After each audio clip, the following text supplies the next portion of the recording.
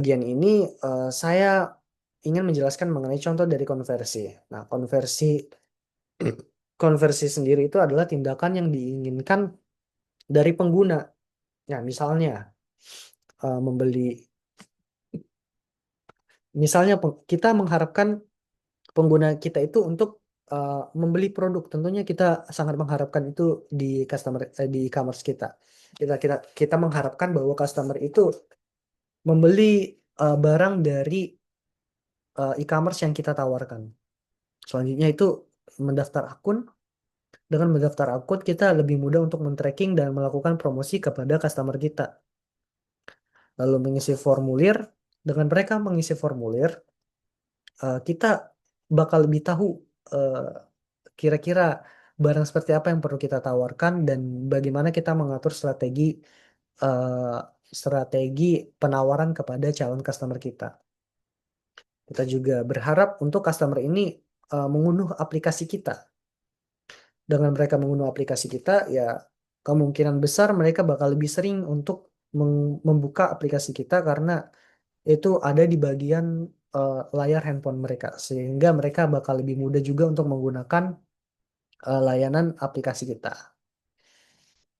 Oke, nah selanjutnya, how does UX affect conversion?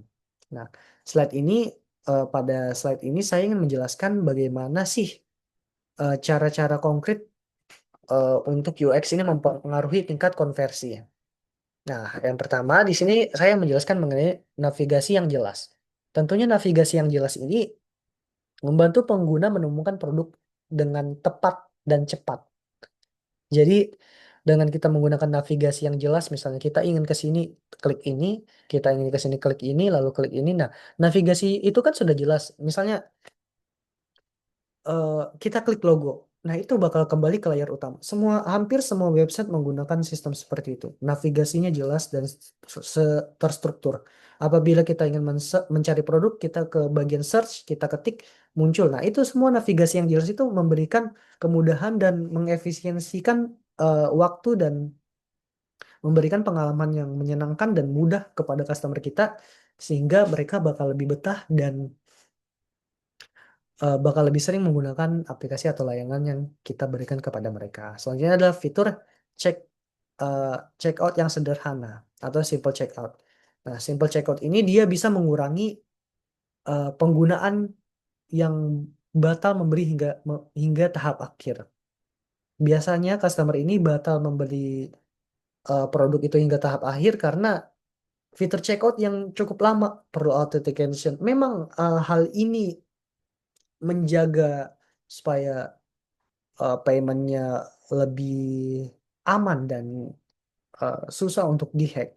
Tapi kita juga perlu mempertimbangkan bagaimana fitur checkout ini bisa dibuat sesederhana mungkin dan sehingga customer bakal lebih mudah untuk melakukan pembelian atau berbelanja di layanan layanan e-commerce kita.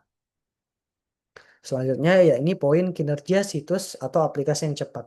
Seperti yang saya jelaskan sebelumnya, untuk mencegah frustasi pengguna atau pelanggan kita itu, kita perlu mempertimbangkan bagaimana supaya kinerja situs atau aplikasi atau website kita ini dia bekerja secara optimal dan cepat, sehingga tidak banyak crashnya atau nge-lag-nya. Tentunya website yang nge-lag itu eh, bakal membuat customer ini merasa frustasi dan hingga tahap batal membeli produk atau layanan yang kita tawarkan kepada mereka. Oke, terakhir yaitu visual dan CTA. CTA ini adalah call to action yang efektif. Nah, bagaimana kita membuat visualisasi dan CTA yang efektif ini? Kita bisa mendesain tombol dan pesan ajakan yang menarik sehingga customer bakal mengklik atau membeli produk yang eh, kita tawarkan kepada mereka, seperti layaknya sales yang meyakinkan atau mengajak customer untuk membeli produk atau layanan yang eh, kita ingin jual kepada mereka. Mungkin dari kalian menyadari bahwa rata-rata sales dari perusahaan itu menggunakan orang-orang yang berpenampilan menarik. Nah, itu juga pentingnya di website kita. Bagaimana kita membuat website kita ini penampilannya menjadi menarik sehingga customer bakal betah dan tertarik untuk membeli atau mengklik hal yang ingin kita yang ingin kita harapkan dari mereka. Oke,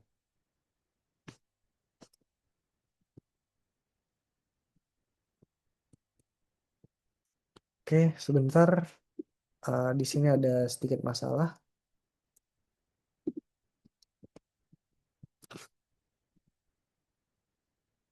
Nah, selanjutnya, how does UX affect conversion?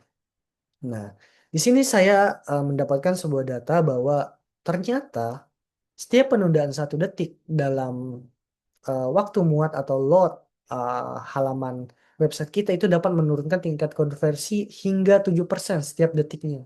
Bayangkan setiap detik tingkat konversi itu eh, menurun sebesar 7%. Nah, ini menunjukkan bahwa tingkat load ini perlu kita perhatikan bagaimana website kita ini tidak banyak loadingnya, di scroll itu tidak nge-lag, pindah page itu langsung tampil, tidak ada eh, muat halaman begitu. Tentunya apabila website kita sangat banyak waktu untuk muat halaman, itu akan membuat customer kita merasa tidak nyaman dan malas untuk berlama-lama di website kita.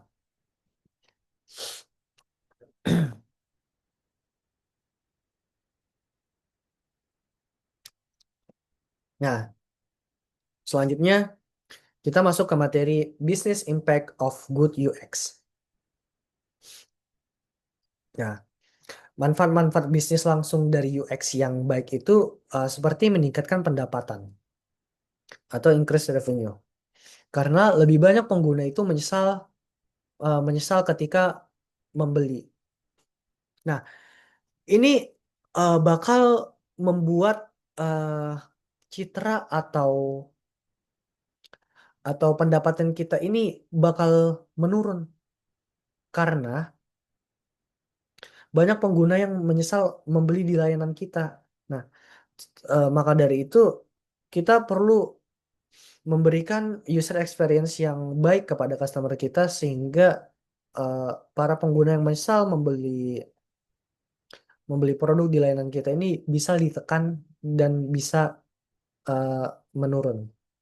Nah, maka dari itu ini manfaat langsung dari UX untuk bisnis kita. Nah, selanjutnya adalah efisiensi biaya. Nah, dengan UI dan UX yang bagus dan sistem yang sudah tertata jelas dan tidak sering lag dan bermasalah, tentunya ini bakal mengefisiensikan eh, biaya bisnis kita. Karena pelanggan tentunya tidak sering komplain dan kita juga mendapatkan promosi langsung dari pelanggan kita karena mereka merasakan sendiri kenyamanannya dan mereka bakal tawarkan ke orang-orang sekitar mereka. Selanjutnya itu promosi dari mulut ke mulut seperti yang saya jelaskan sebelumnya.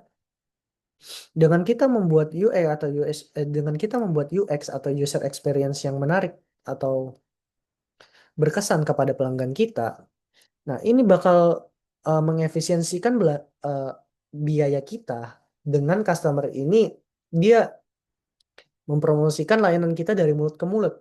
Mereka mengatakan ke teman-temannya bahwa, wah, ternyata di website ini bagus untuk berbelanja, pengalamannya sangat menyenangkan dan mudah.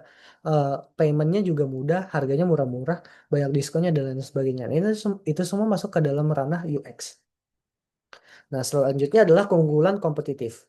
Tentunya dengan UX yang bagus, kita memiliki nilai plus di mata publik sehingga kita mendapatkan keuntungan kompetitif di ranah pasar market baik itu lokal maupun internasional. Sehingga hal ini kembali lagi bakal meningkatkan pendapatan kita karena bakal lebih banyak customer yang berbelanja di layanan kita karena kemudahan itu tadi, kemudahan layanan yang kita berikan dan